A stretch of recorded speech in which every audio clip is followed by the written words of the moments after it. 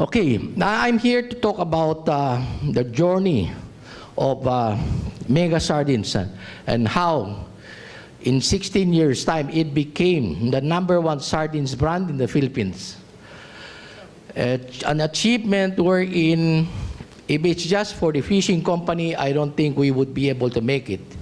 If it's just for the canning, I don't think also. It's a culmination of integrating our fishing fleet, our canning group, our sales and marketing, and our export into one so that we could be competitive. Without doing that, each unit would like to have their own profit margins. And if you add up the profit margin to be put on, in the end, the consumer has to be paying a lot of profit on top of the cost. So it's not workable. So what we did is to integrate all the unit from the fishing side to the canning side and to sales and marketing. And this is the pricing we would like the consumer to buy our products. And it works out quite well. Some of you will say, how do you measure now your fishing, your canning, and so on and so forth? Well, we have set up KPIs. Now, KPIs for them to reach so that at least you have to be more efficient. Okay, so here goes the journey of Mega Sardines from fishing company to now. At least we would like to be recognized to be globally competitive. And we're #1 sardines brand in the Philippines. We would like also to be worldwide known as Filipino Sardines Brand, which is very competitive in the worldwide market. That is our goal, and maybe the goal of the succeeding directors, that they would have to put it in the next level. Okay. There are 3 stages in building up a brand. The first is the building up of foundations. And after building your foundations, well, you go into growth because the foundation is supporting your structures. And after growing, what happened? If there's no succession plan, then that's the end. The succession plan and sustainability would be coming in so that everything you do can be sustained and your company can grow in such a long time that it would not go down. This is what we learned from our OPM class in Harvard, which I attended 2015, and we just finished 2017 last year, and it's really how you strategize, and it's really good. Now, going to foundations building, even before I go into fishing, we have already built foundations starting from when I was in grade school. I love tropical fish, and I'm buying a lot of tropical fish, and we just live beside our schools. And after schools, I invited my friends, oh, you would like to see some goldfish, black molly, and whatever. So I invite them there. And of course, when they're there, I try to sell them the tropical fish. From there, at least it develops my grade school. And that's wherein I'm bringing customers to my house, to my home. This is the black molly. And after graduating grade school, I went to Sambeda. And my gimmick is, I went into stamp collections. Then stamp collections, I bought a lot in Cartimar, put them on albums, and show them in my classrooms. And people take a look at it. Oh, this is what I want, that's what I want. So Saturdays, I go to Cartimar and buy all those, and Monday, I'll be giving it to them, of course, at a profit already. But the things that I'm doing, I'm not thinking about entrepreneur, but somebody mentioned to me, well, you're an entrepreneur already since your grade school. What's that entrepreneur? I don't understand. I just want to make money. But That's how I developed the habit of giving services and in return being rewarded at that. And it's quite fulfilling. So during the time wherein there's a Blue Sundays law, I don't know, are there anybody who knows a Blue Sundays law in the Philippines before? The Blue Sundays laws, Sunday, you cannot open your shop. It's closed. So that was way back 1960s and 1970s. It's closed, but on your sidewalk you could do business. So I rented a stall, and during Sundays, that's my high school year, I sell T-shirt, haberdashery, apparels, one Sunday, every Sunday. And out of that, I was able to buy my own Volkswagen with my own money, without any help from my parents. It's a challenge, as I've seen my friends who are playing basketball, playing swimming, tennis, and so on and so forth, but I have to work. But so be it, because that's my destiny. I want to do something better. And that's wherein, after graduating from high school, I went to UP Diliman, enrolled in course electrical engineer.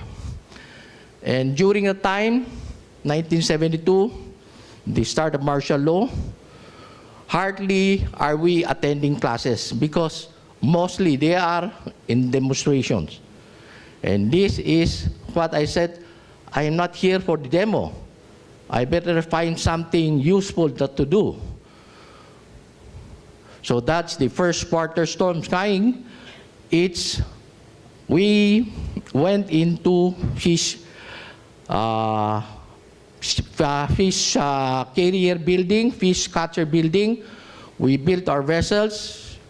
Why people ask, you are connected with the department store. Why are you going into fishing? Well, at that time, my future wife, they are in fishing business. And they have vessels. But when I take a look at them, I said, the vessels are not in good conditions, and yet they are making money. What would happen if I built a better vessels, equipment? I might be doing better than them. So that became a challenge.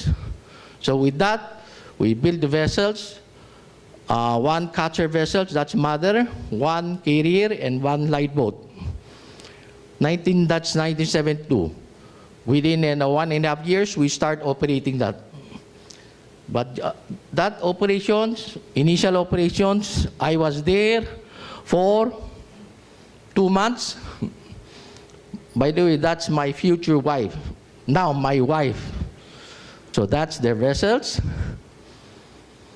That's me, out of high school.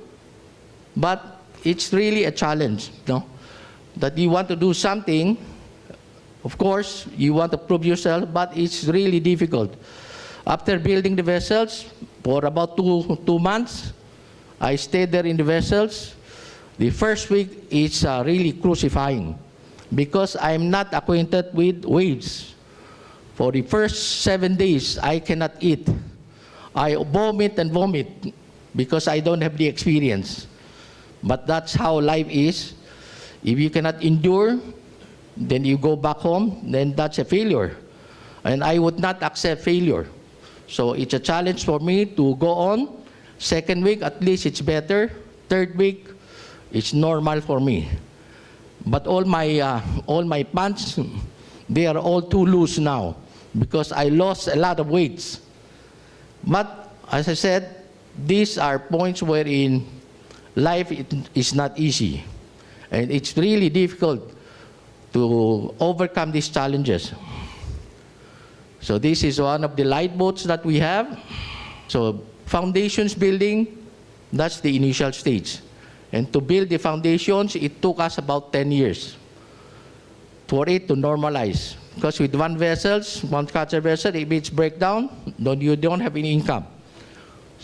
2, at least it's better chance. 3, 4, it's better. But this trial, this one of the typhoon that's coming, we have all our vessels. Okay, please seek shelter in Aroroy, that's Masbate. Because the typhoon is coming northwest, so we went to Aroroy, which is westward. And all of a sudden it changes. That was 1984. All our 3 catcher vessels are in dock or in Aroroy sheltered area. We were hit by the typhoon, and 3 of the vessels sank. And 3 of the vessels, that's 75% of our fleet. And we have 1 vessel in Manila that's under repair. It's good. But having 75% on production loss, it's quite a big, huge pressure. But I reach out to my people, what do you want? Do you want still to continue, or we just give up and close the company? Well, with encouragement coming from the employees, boss, let's continue because we still have 1 vessel. We can recover. And true enough, we did that. Operating 1 vessel, we were able to recover 1 vessel, salvage another 1, and by second year, we completely salvage, and 3rd year, we operate completely the 4 vessels again. So that's a trial in life wherein it's really difficult to be in fishing because you are at the mercy of nature.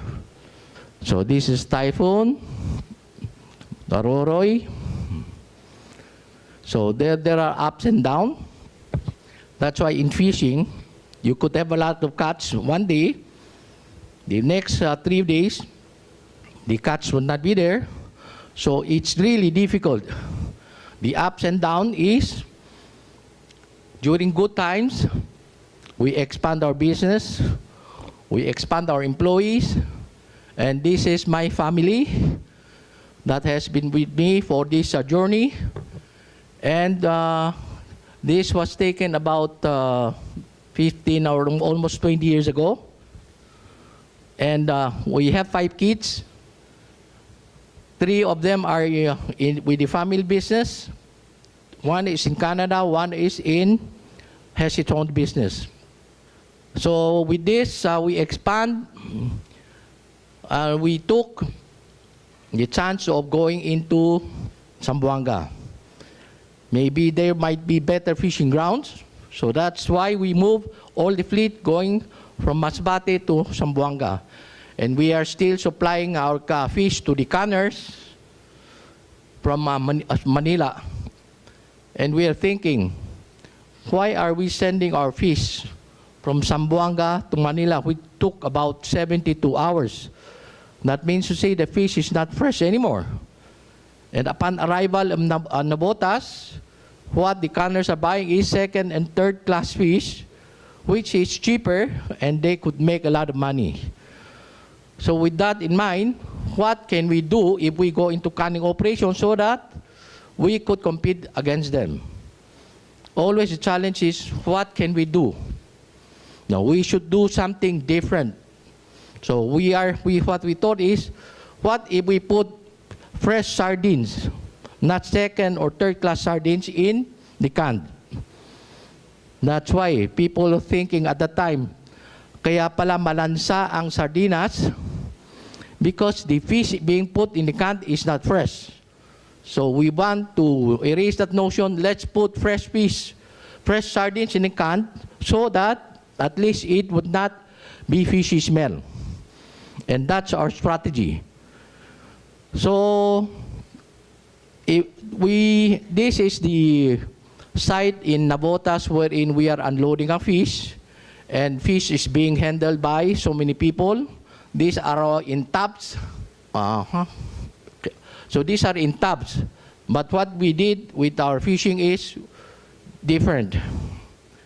Later on, I'll show you what is the difference between our new method and our the old method. What are the adversity? Trials, adversity are all part of growing business and building character. That's why I said we have overcome so many adversities. But without the will to continue and easily given up, so we would not be in these positions now. Perseverance, patience, and grit are values we don't learn from schools. It's really in the field that you are learning this. These lessons are free and provide much value in years ahead. No, I would say now that the growing years, so since we established our foundation, so now it's time for us to grow. So 1993, wherein we moved our operations to Zamboanga up to the year 2015. We have continuously growing, at first single digit, and the last part is to about 2 digit. So from a fleet of 20 plus, right now we have about 75 vessels. So this is an area shot of what we have.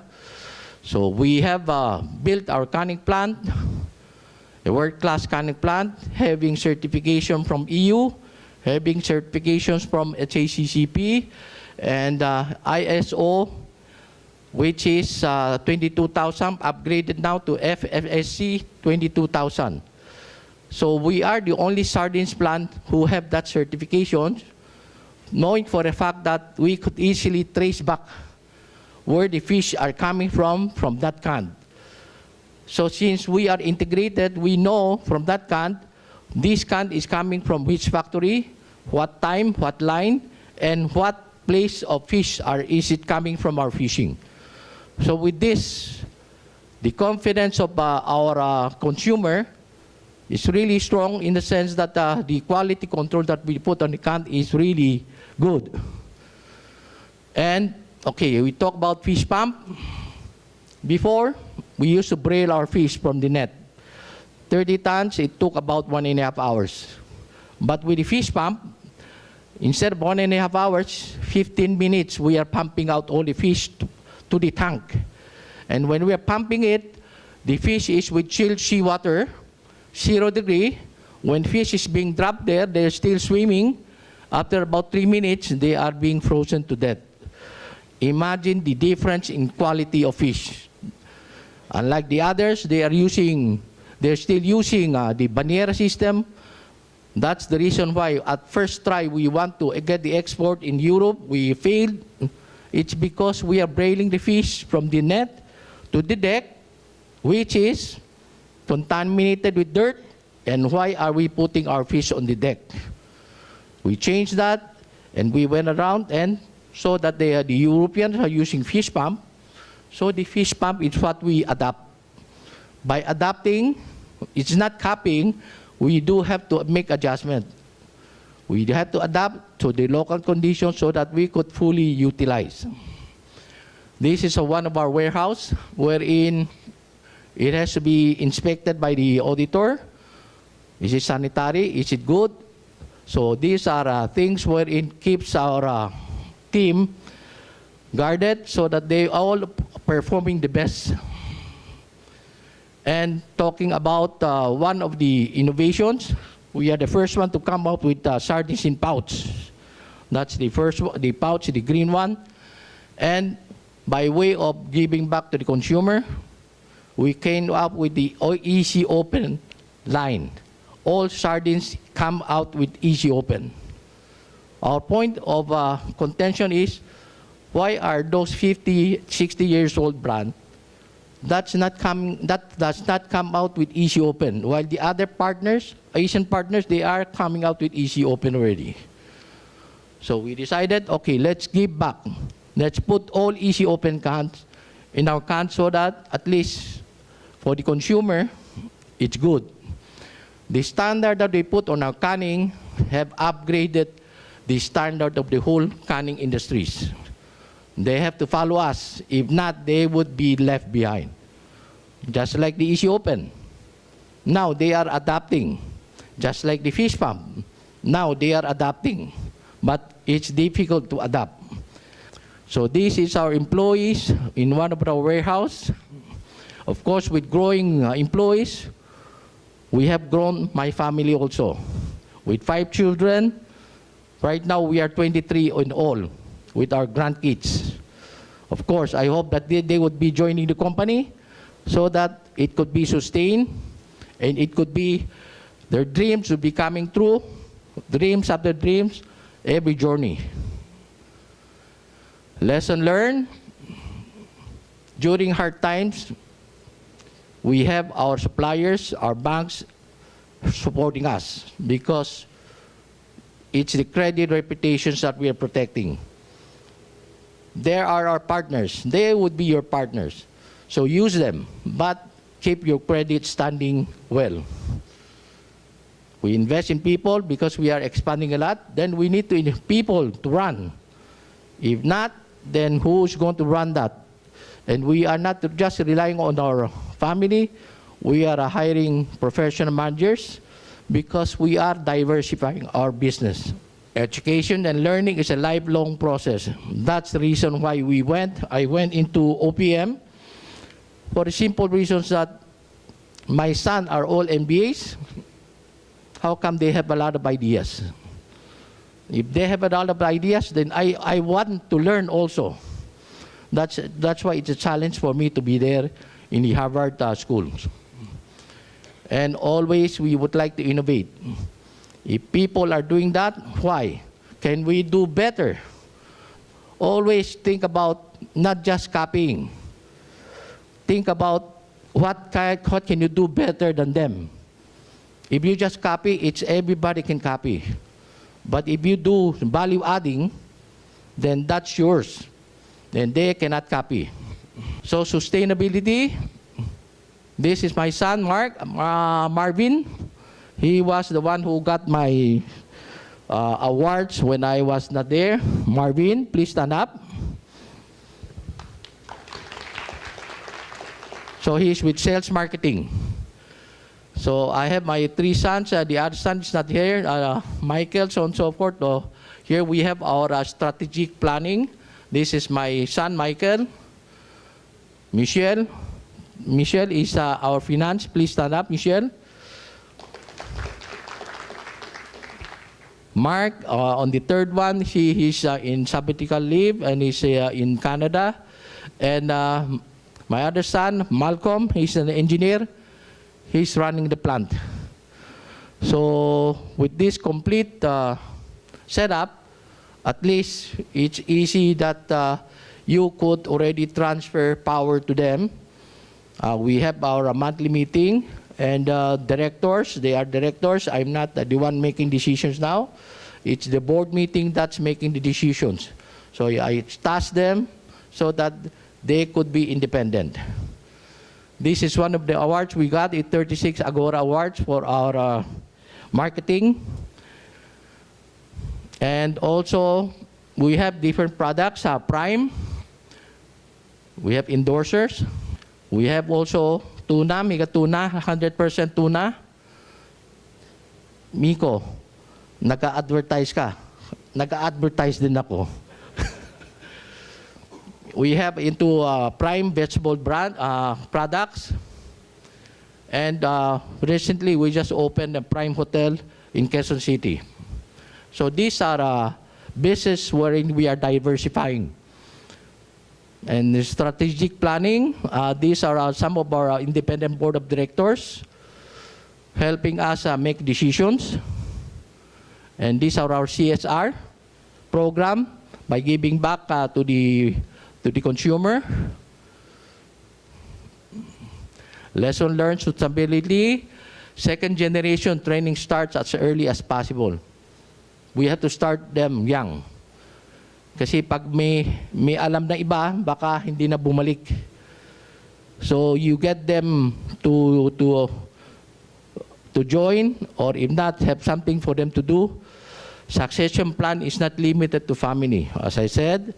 And business growth expansion means going to non-sardines business. That's what we're doing.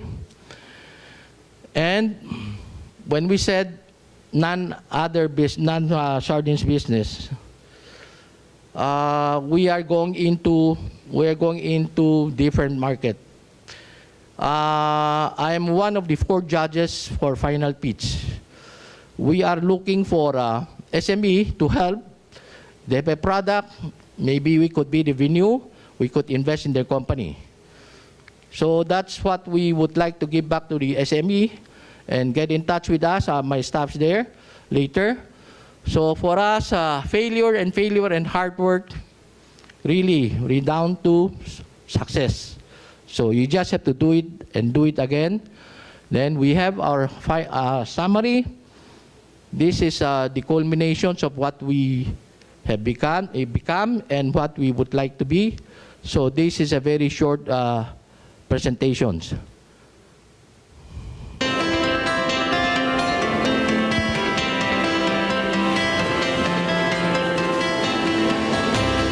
Ang mga isda ng Mega Sardines, sinuyod sa ilalim ng dagat gamit ang high-tech fish finder.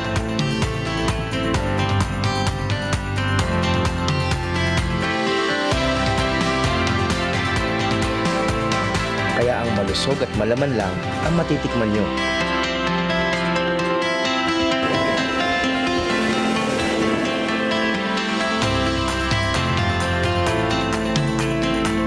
Ito ang fish pump. Mega lang ang gumagamit nito sa bansa.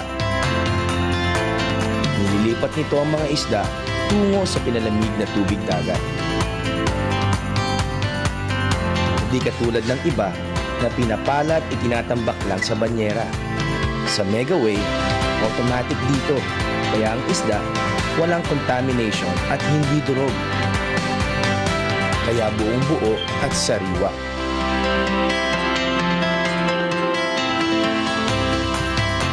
Dito dinidiskarga ang mga huli gamit ang vacuum pump.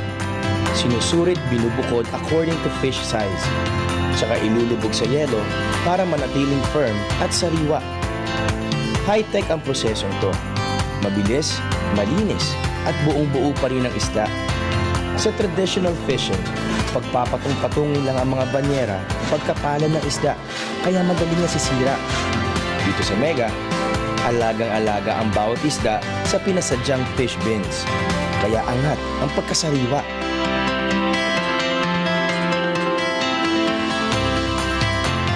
Dito sa planta ginagawa ang paglalata ng sariwang huli.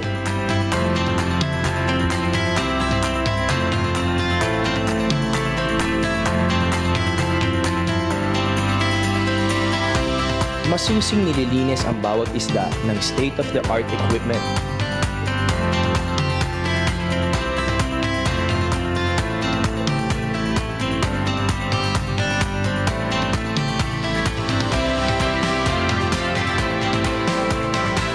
Bago punuin ng malasang sarsa. Tingin pa lang, lasap na ang sarap. At ang lahat ng linamnam ay nasa bawat lata ng Mega Sardines.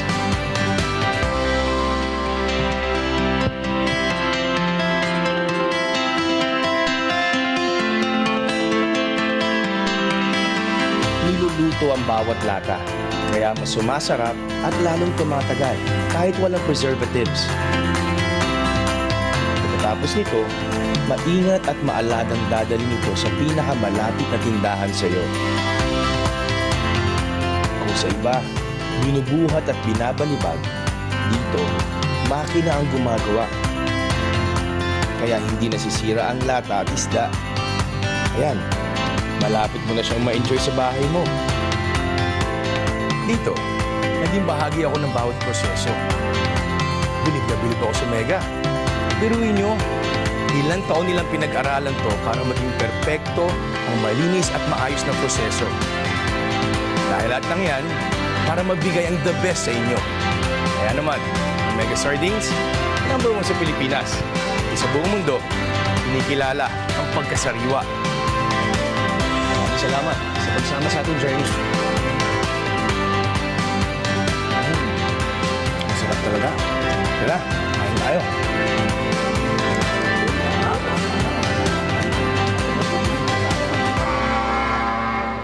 So this ends my presentation. Thank you for listening.